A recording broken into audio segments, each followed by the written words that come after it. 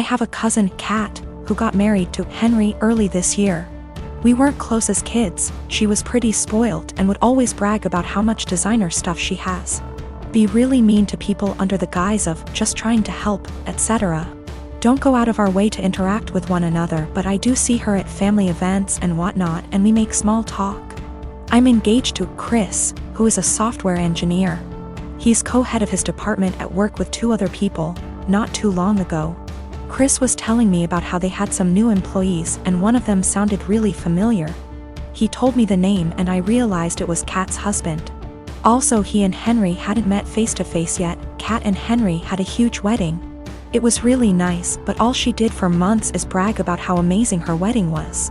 The wedding stuff's died down now, so recently she started going on about how wealthy her husband is and what a great lifestyle they have. One of my other aunts celebrated her 50th about a week ago. I went with Chris and Kat was there with Henry. We were chatting and Kat was saying how Henry has a fantastic new job that pays even more than his previous one. Henry chimed in and said that they were already planning to buy a new house. Kat asked what Chris does. I said he was an engineer like Henry and he has a good job too, but I'll admit I left out where he works on purpose. She smiled and nodded, then said it's fine. She understands that I'm embarrassed and want to keep it quiet. So that was pretty much the end of our conversation then. When we were leaving, she pulled me aside and told me to let her and Henry know if we needed help with the wedding. Obviously I knew what she meant and it was just another dig, but I said, "Bye," and left. Literally 2 days later, I get a DM from Kat and she's furious, well, as much as one can be through text. That I didn't tell them that Chris was one of Henry's bosses. Henry was shocked to see him in the office and Chris made a comment, "Tell Kat OP and me don't need help but thanks for offering." Henry's really embarrassed and so's Kat, and she said that we made them look bad on purpose and if she knew, she'd have never made those comments. It was my duty to tell her and Henry. Chris and I had a really good laugh over this, but she sent a text out to the family group chat we have saying how she was blindsided by me. A few others said that what we did was petty and wrong. My husband and I have been married for 3 years now. I have a daughter, 15 years old, and he has a son, 24 years old. I am friendly with my stepson, but we aren't close. He has a biological mother who is a perfectly fine woman. I'm not here to take the role of his mom. My late husband, my daughter's father, died when my daughter was 6. We both contributed to her college fund. My daughter's paternal grandparents have also contributed a large amount. Right now, the fund has about $180,000. My daughter is extremely bright, and I'm not just saying that because I'm her mom. I truly believe she has the capacity to go to an Ivy League school, and her teachers have said she has the potential as well. And I don't want costs to hold her back. Our income would be too high to get any meaningful financial aid. And while there are a few merit-based scholarships out there that she will be applying to, we don't want to put all our eggs in one basket and hope she gets it when it's so competitive. My current husband and I have separate finances. He doesn't contribute at all to my daughter's fund. My stepson is struggling with a heroin addiction and has stolen money, jewelry, heirlooms, and electronics from us for drug money. I understand that addiction is a disease, and I personally paid for an outpatient detox for him, which cost $1,000, which failed. His father then paid for an outpatient rehab program, which cost $6,500, which also didn't work because he barely showed up. He promised us he'd do better next time and he needed another chance. So I split the cost of another $6,500 outpatient rehab program with my husband, which seemed to work during program, but he relapsed as soon as he got out of it. I have spent so much money, time, and energy and it hasn't helped at all. My husband and my stepson want to try a 60-day inpatient rehab program, which will cost $30,000. I had absolutely no idea where they were supposed to get the money for that, considering the thousands and thousands of dollars that were already spent, and the fact that we no longer had anything of value in our house. They want to use my daughter's college fund, which to me is absolutely off limits.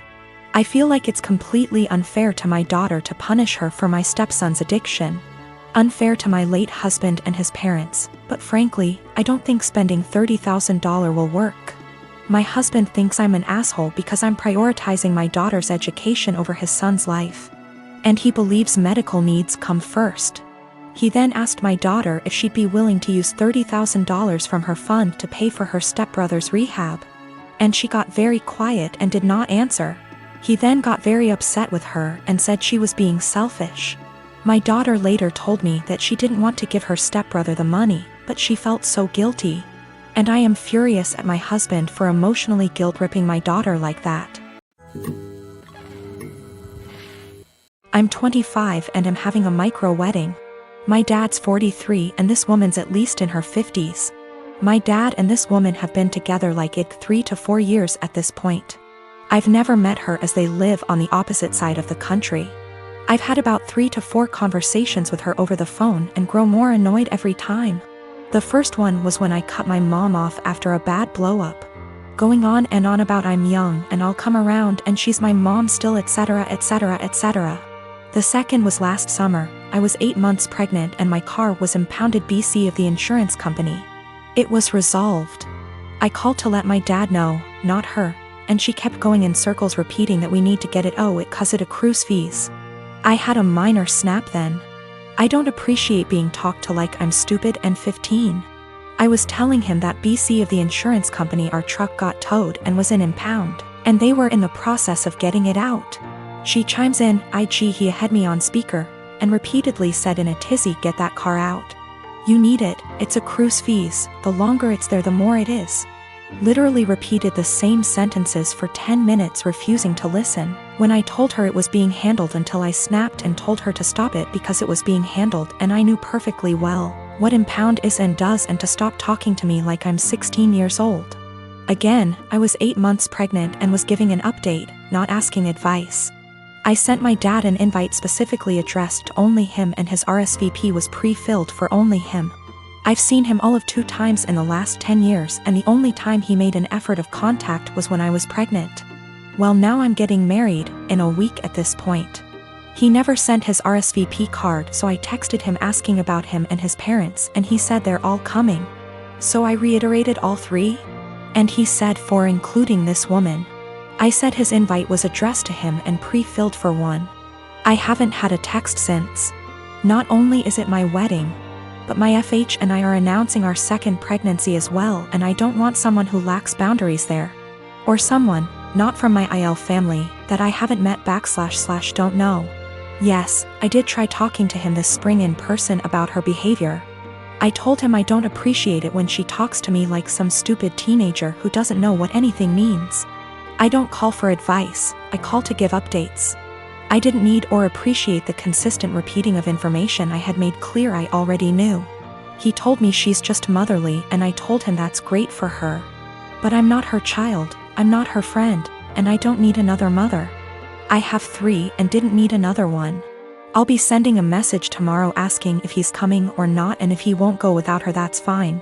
Just don't come at all and I'll send a Zoom link that ends promptly after the ceremony. It's my wedding and I just don't want her there. If he doesn't want to go without her that's fine, I'll send a link to the stream for those who couldn't be there. My brother-in-law has always been a bit of a ruckus.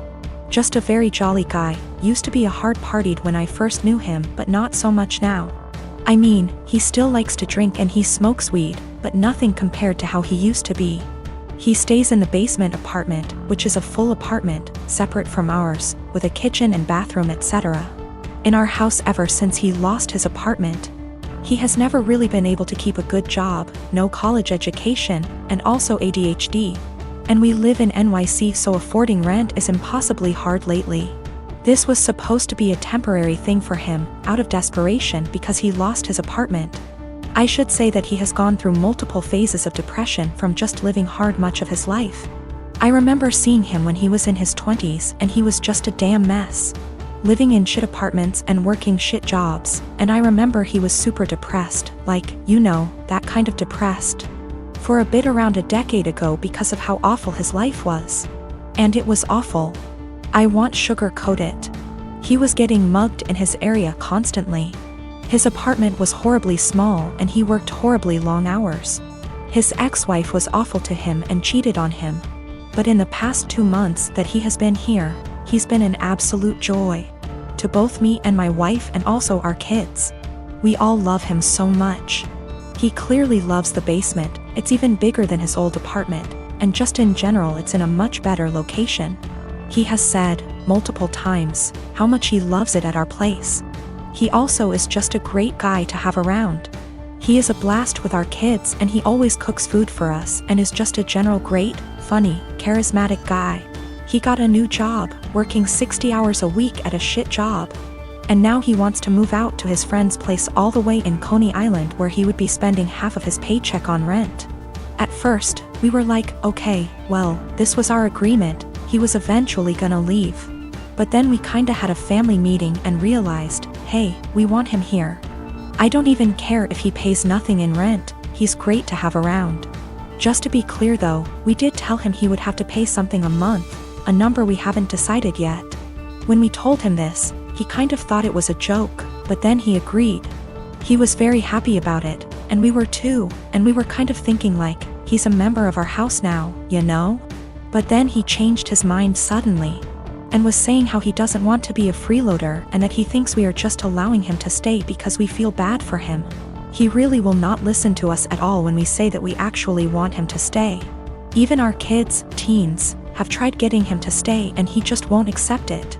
Every time we bring it up to him he sort of does this pity thing where he's like, come on, I know you think I'm a loser.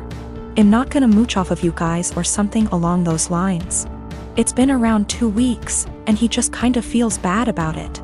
It is absolutely a pride thing for him. He technically plans on moving out in the next few weeks. But we really want him to stay. And we know that he would love to stay. I feel like there is really no chance this is some kind of deep down he hates it here kind of situation. This is 100% a pride thing for him.